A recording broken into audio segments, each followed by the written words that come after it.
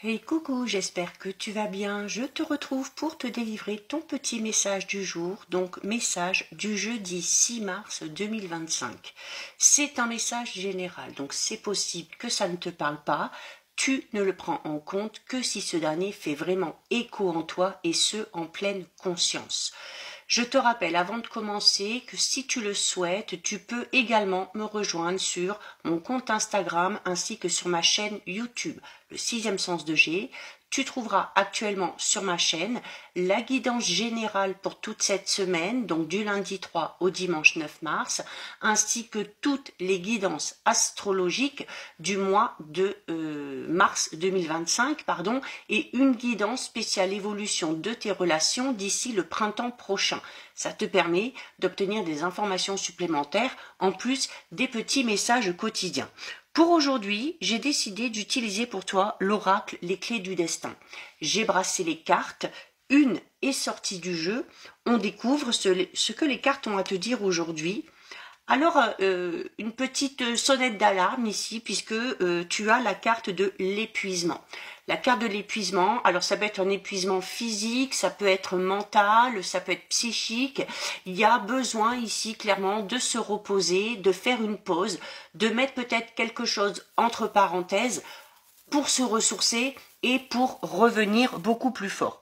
Il se peut également tout simplement qu'il y ait une question ou une situation qui te préoccupe énormément actuellement et le fait d'y penser constamment, de faire plein de choses par rapport à ça, eh bien ça épuise toutes tes ressources, qu'elles soient physiques, qu'elles soient psychiques, qu'elles soient mentales ou qu'elles soient encore émotionnelles. Tu consacres peut-être ici beaucoup trop d'énergie à cette question, à ce sujet, à cette situation. Alors attention ici, on te demande de ne pas confondre persévérance et épuisement, ok? Cette carte, elle évoque vraiment un état dans lequel tu es ou que tu ressens, qui t'est annoncé ici et qui te dit que si tu continues d'agir de la même manière que tu es en train de le faire, eh bien, c'est un signe vraiment ici que tu dois mettre un frein à certaines actions, à certaines ardeurs. Tu peux pas continuer comme ça parce que à terme, même si tu auras la satisfaction d'atteindre ton but, ton objectif, eh bien, tu ne pourras pas profiter pleinement, tu ne pourras pas porter ce que tu as créé, que ce soit sur une relation, que ce soit sur une ambition, que ce soit sur un projet, parce que tu seras tellement épuisé, eh bien, que tu n'auras peut-être plus autant de temps à y accorder. Donc, prends le temps de te recharger. Ici, c'est la meilleure réponse à cette situation. D'accord? Ça te permettra en plus d'y voir beaucoup plus clair, de mesurer aussi tout simplement tes efforts et de bien voir aussi les véritables enjeux de cette fameuse obstination. Ok? C'est également le signe que la situation peut-être qui t'interpelle est en train de se vider de sa substance, de son sens, et que si une énergie nouvelle ne se manifeste pas, attention, il peut y avoir ici une forme de fin inévitable.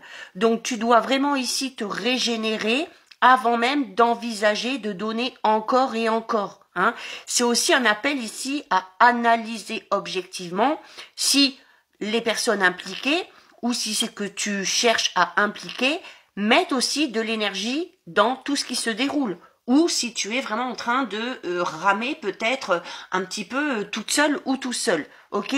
Alors, c'est peut-être pas un constat facile à faire, mais le faire à temps, c'est éviter justement de te mettre dans cet état d'épuisement ou de faire naître un sentiment un petit peu de colère, de rancune ou de revendication par rapport à quelqu'un ou à quelque chose.